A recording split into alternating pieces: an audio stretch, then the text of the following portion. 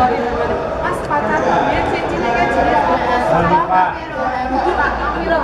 Ini aku ketemu Mas. Calon perawat. Ini bapak anak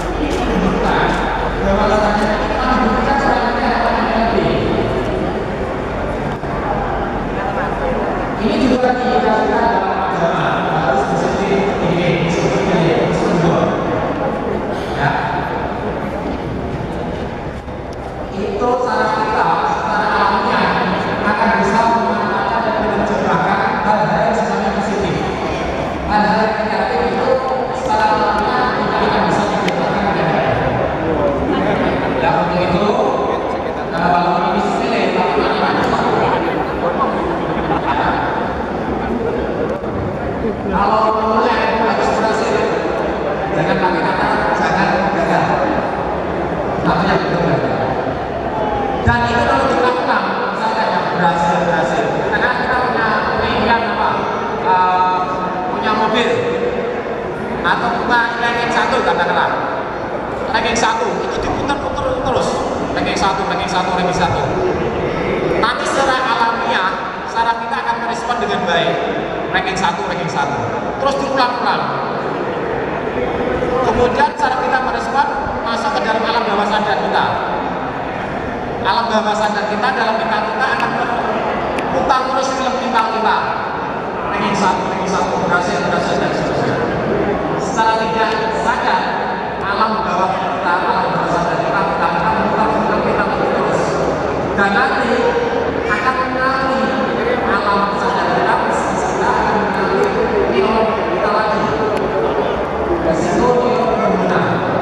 Kemudian kita bisa yang berguna sesuai dengan keterangan yang kita lakukan. Akhirnya menjadi apa?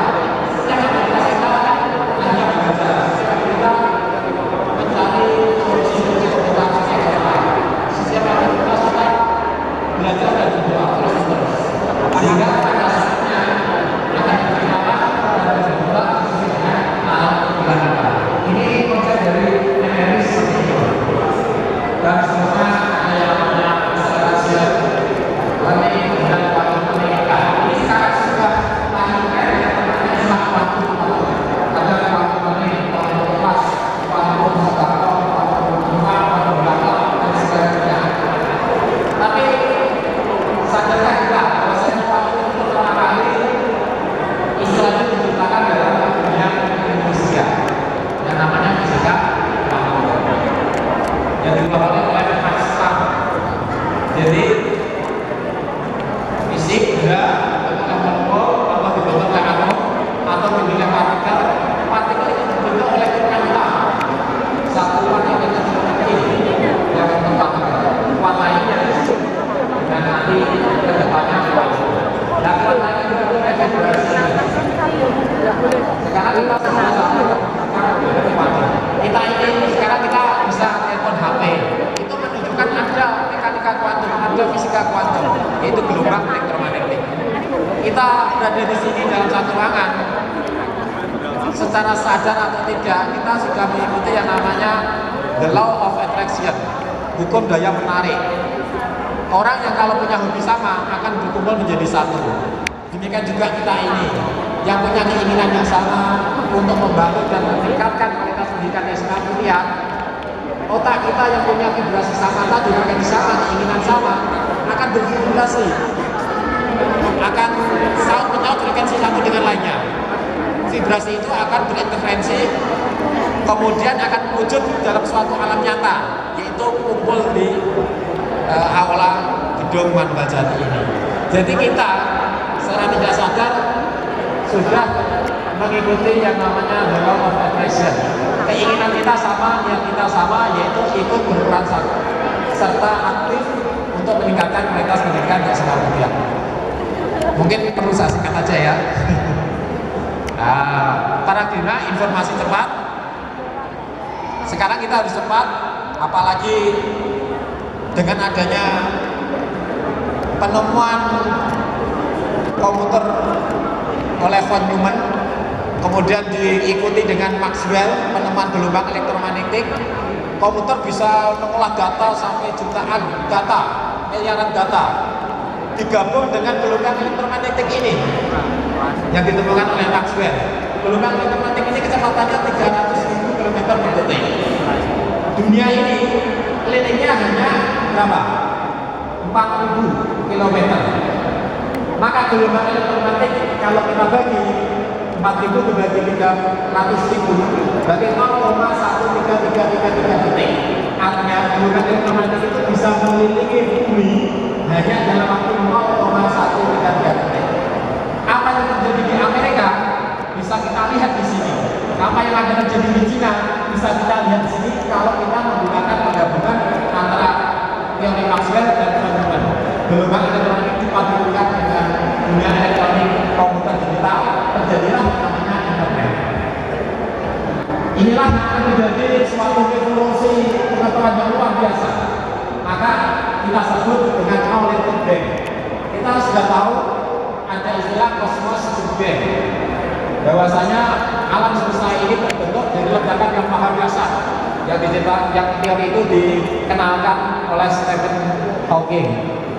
Nah sekarang revolusi sekarang ini, revolusi dunia internet, dunia maya, dunia arus global, terjadi knowledge Big Bang, ledakan yang maha dahsyat pengetahuan. Bagaimana tidak? Kita ingin mencari informasi apapun di dunia internet, semuanya ada. Bahkan kejadian 2 detik yang lalu dikira kita sudah tahu juga di sini.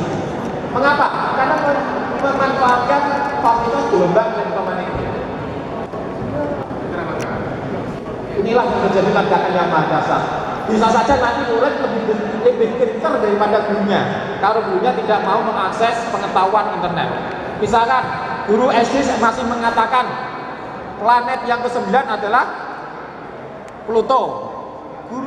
Siswa SD sekarang sudah mengatakan Pluto bukan merupakan planet. Dia sudah mengetahui dari internet.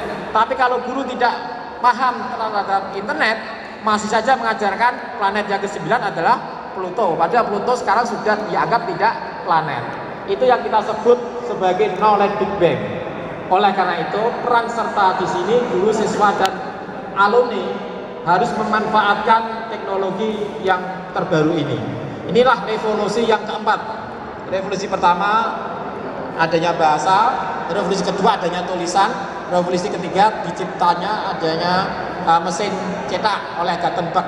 Dan ini revolusi yang keempat, yaitu pertemuan perkawinan antara Maxwell dan von Neumann, terjadilah yang namanya era internet ini.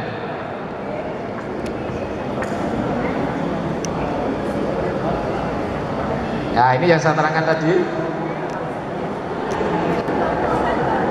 Paradigma yang ketiga yang terakhir, comprehensive learning, pembelajaran secara menyeluruh. Pembelajaran secara menyeluruh yang pertama tadi harus kita mengetahui peran otak kita seperti apa dan sebagainya, ya, sehingga kita bisa tahu. Untuk itu perlu adanya penerusan lagi, yaitu memanfaatkan dunia yang terkini modern internet, dan lalu dilanjutkan, digabungkan dengan berbagai metode yang ada. Ada 4 level pembelajaran, 1, 2, 3, 4. Yang pertama tentang sesuatu objek, yaitu pelajaran fisika, kimia, biologi. Kemudian yang kedua, bagaimana cara belajar yang baik. Dan yang ketiga, membangun suatu paradigma. Paradigma mindset kita harus kita ubah. Kita harus berubah cara belajarnya harus berubah, cara mengajarnya harus berubah, cara sosialisasi terhadap alumni juga harus berubah. Makanya alumni bisa dikaitkan di sini adalah bagaimana kita memberitahukan kalau adanya reuni.